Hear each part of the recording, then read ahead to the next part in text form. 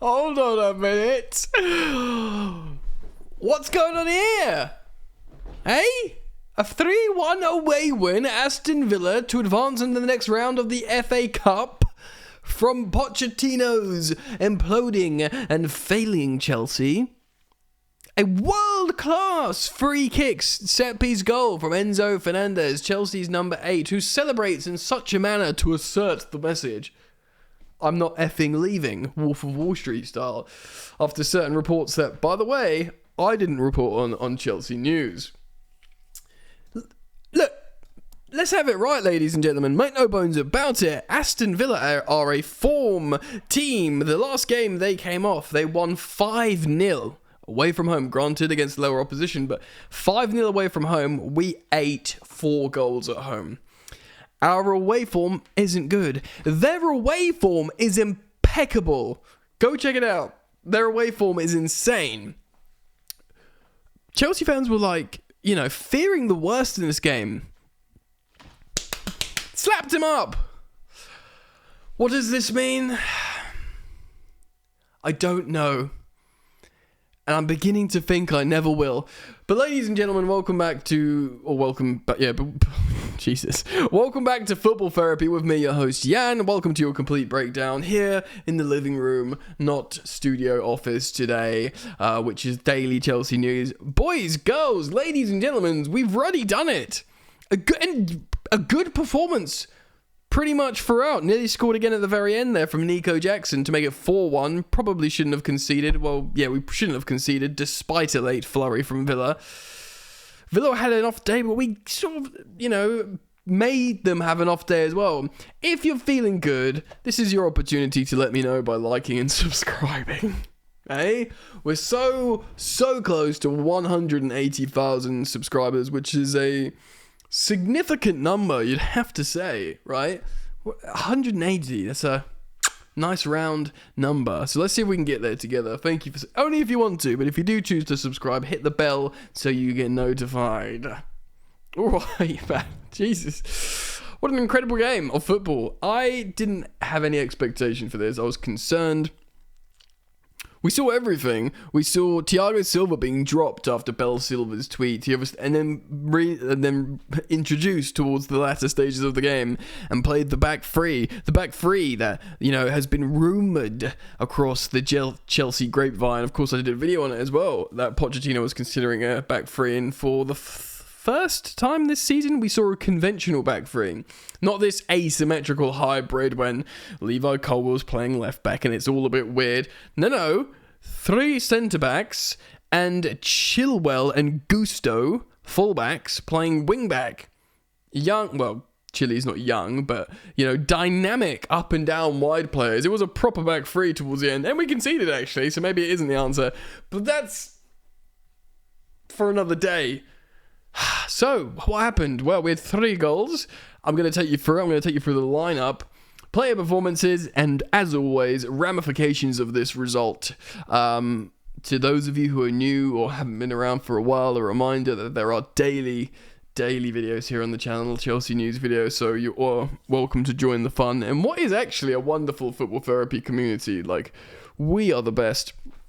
So, despite the rumours that Pochettino was going to lean on a back three with wing-backs, we did start with a back 4. But there was a talking point, formation-wise, because it was young and dynamic. Now, I've kind of not fully nailed my colours to the mast, but I've voiced my opinion about thinking maybe Thiago Silva, who's an amazing player and I feel like I always have to offer these disclaimers. A cult hero at Chelsea, incredible, love him, he cares, he's the best, he's an example, he's not quite a legend, but he's a cult hero of Chelsea. That maybe we need to drop him to play a certain way, a dynamic, quick transitional recovery pace sort of style game, because you can't do that with Thiago Silva. And we kind of did that today. Ben Chilwell, Malo Gusto were playing fullback. Both good, very good actually, I think. And then you had Benoit Badiashile and Axel Disasi. I've said this before. If you told me a couple of years ago the Monaco centre-back pair is going to be the Chelsea centre-back pair, in a couple of years' time, I would have gone, that's weird. And it remains to be quite weird. I still don't think neither of those guys are my first choice long term, despite them being, Benoit's a couple years younger than Axel Disasi, but they are quite young. I think Axel's 25. I still think long term it's Cole Will and Fofana in terms of the ceiling on these kids talent wise. Both of them can be incredible. And they're so young as well. Of course, we saw the midfield, Moises Caicedo, Conor Gallagher, and Enzo Fernandez. And it's much better. It was much better. It was a 4-2-3-1 this time. We see 4-3-3, 4-2-3-1. Let me just double check. Yeah, pretty much. Conor Gallagher's heat map is everywhere. Moises Caicedo is pretty central as well. So where's Enzo then? So Enzo was playing a little bit more on the left-hand side. So it is always like Caicedo's in the middle, Enzo's that kind of like... Remember when Frank Lampard played in a number 8 in a double pivot? It was like essentially how Enzo's playing now, starting from deeper. And Conor Gallagher, I guess... He's kind of on the left as well, really interesting. So Noni and Gusto did a lot of occupying on the right-hand side to occupy that space. Yeah, Noni pretty much just hugs the right-hand side, as does Gusto. Interesting, but the midfield worked a lot better. Remember when the balance was good of for about 4 games? It was like, wow, we could have the best midfield in the league, and then it just fell off a cliff. But it looked like the balance was perfect. Granted, we were lacking goals, but Enzo's now got 6 goals in all comps, which is... a fair contribution, and Conor Gallagher's broken that duck and scored a goal. Of course, this is interesting, because the front three was Noni Madueke, which we know is a dedicated right-wing player. He does sometimes swap with Palmer, but really, he's one of those guys that doesn't have the positional versatility or what we've seen so far. He's very much going to be a right-winger, but he adds a lot, man. He really does add a lot. And then interestingly, from Cole Palmer and Nico Jackson, I wondered if Noni was going to we were trying him on the left as an experiment. We saw Cole on the right and Nico up top.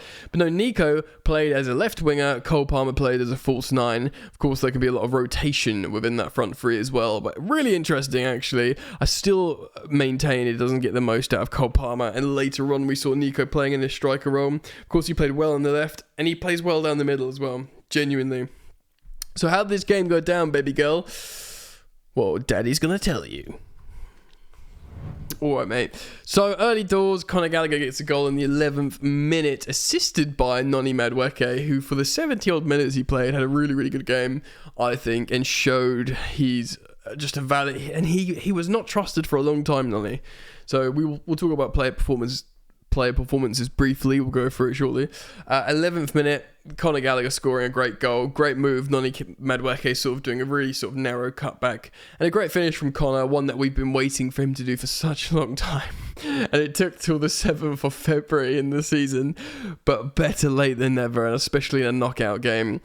And then Gusto looking like himself again, a bowler. Again, remember guys, this isn't like freaking Preston. This is Aston Villa away with this home record. This is important. And they had, in theory, their stronger first 11 than we did, because we kind of still don't know what our strongest first 11 is. Do you know what I mean? We don't have Reece James starting, we don't have Nkunku starting, we don't know what's going on with sort of, long-term Thiago Silva. We don't know if Carney should be starting over Conor Gallagher, because that's a huge talking point who we didn't see in this game.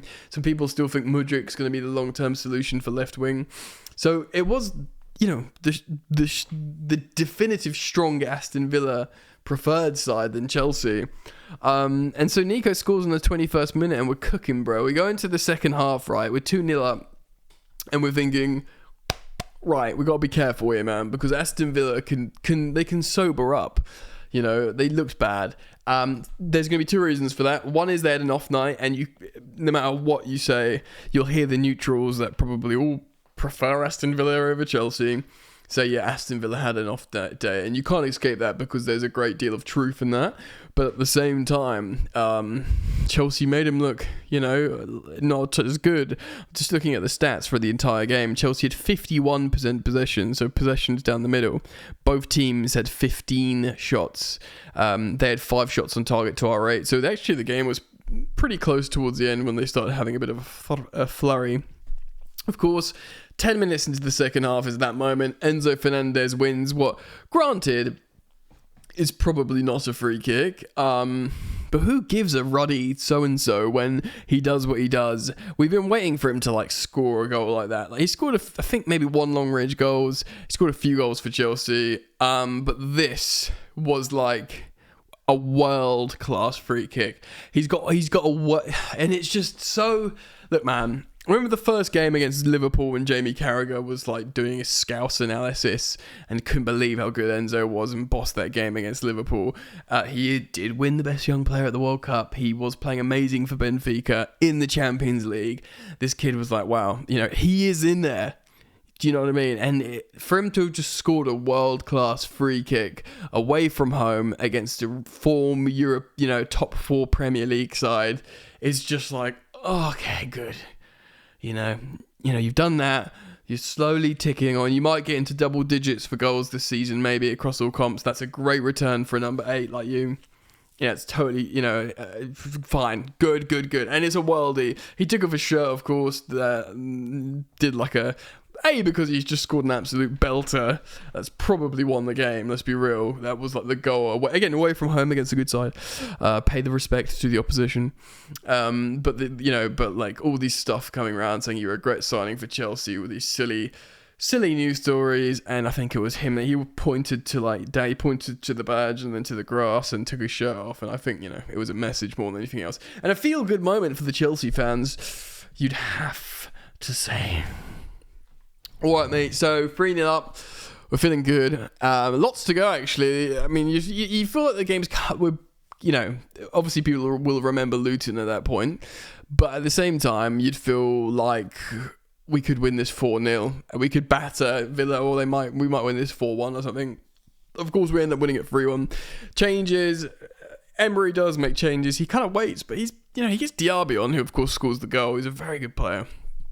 Puts on Ramsey. They used all his good players, Emery, Sterling comes on for Madueke, which moves the front three over, of course. So Jackson's down the middle, Cole's on the right, Sterling's on the left.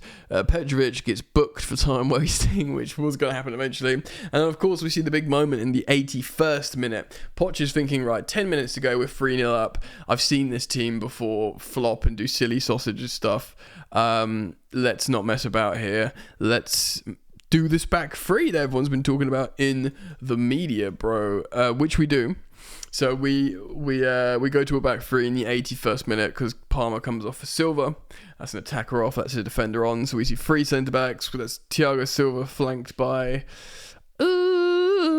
Disasi and Badiashile, and of course the fullbacks become wingbacks. We do actually see Badiashile get injured a few minutes later, and Gilchrist comes on. Jackson comes off for Nkunku in the 87th minute, and Nkunku just wants to get a goal. He's basically, he's still a very fast player. Nkunku, he's very technically gifted, as he demonstrated by taking that ball out of the sky with beauty and grace towards the end, and was a bit frustrated. You can tell he's quality in Nkunku because he does things right, and when people don't do things right, he's very frustrated because he would have done it right. Of course, Moussa Diaby scores in the 91st minute, and I think it's a great goal. It goes right in the corner. I don't know if it's deflection or not. And I think Thiago Silva looks really annoyed at it because he's just come off. Obviously, he was benched, and they were winning 3-0, and he comes on to a back 5, and then they concede. But, this is not a criticism of Thiago Silva. We've seen what he's contributed to Chelsea in the last 3-4 years, which is a lot. And there is a little flurry moments of Aston Villa, but then again, we got up the other end. Nico nearly scores. We have a great attack and counter-attack. Winning 4-1 would have been great.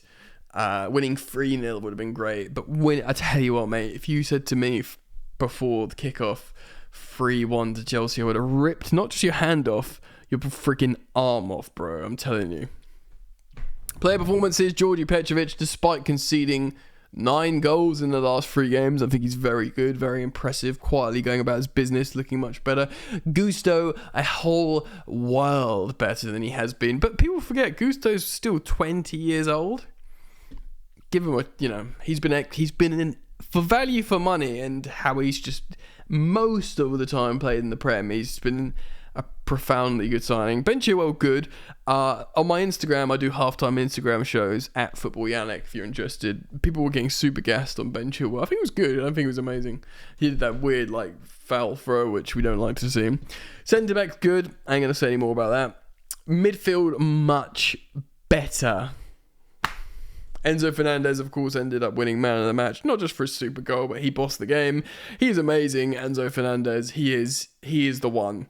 I know he dropped form for like 3 months, which is a long time, but it doesn't change the fact how he's the one. Like, he all last season, since we bought him in January, he was just quietly playing quite well in a dumpster fire, despite being slam dunked from, Portugal, from then Argentina, winning the World Cup. It's all intense and mental, and he still was just playing quite well. And I was just amazed at how he's doing that. And at times he's played really well. And he did granted dip form for like 3 months, but he's back, baby. Hopefully, at least. That was an excellent performance. Conor Gallagher, great goal, great finish, great performance. Noni, refreshing on that right wing. So was Cole Palmer, but Noni is a bit more of a chalk on his boots winger. Like a sort of, he kind of reminds me a little bit of Hudson-Odoi in some ways. I was going to say, but younger, but Hudson-Odoi is still young. I really like Noni Madueke. I think he's really direct, tricky, and he's a bit of a wild card. And his defensive work's getting better and better. I think Pochettino's very happy with the development of Noni Madueke, and you can see that in terms of how he was received on the touchline when he subbed him. So I'm very pleased with that. So Conor, great. Palmer, good. I believe Palmer, did he get an assist? I don't think he did get an assist, actually. Because, no, he didn't get an assist, but he played well. He's not false nine for me, but if we win 3-1 away from home against good teams, you can play there. It's fine, don't worry about it. Nico, very pleased. He's not perfect. You see these little problems in his game, but when he scores a header like that, and he's not been scoring headers, Nico Jackson, very pleasing. Nearly got a second towards the end of the game. Versatile, when you can trust such a young player to play out on both sides, as well as being your preferred striker in most games. Excellent. So I'm going to leave it there, guys. I'm feeling gassed. I'm feeling happy. Superb scenes. Let me know what you think. I always enjoy reading the comment section here on Football Therapy videos. If you want to become part of the gang, please do subscribe. Hit the bell if you do. And obviously daily videos. Chelsea news will return tomorrow, as it does every day. Love you lot. Love you lot? Love you lots as well. And we're going to be okay. All right, peace.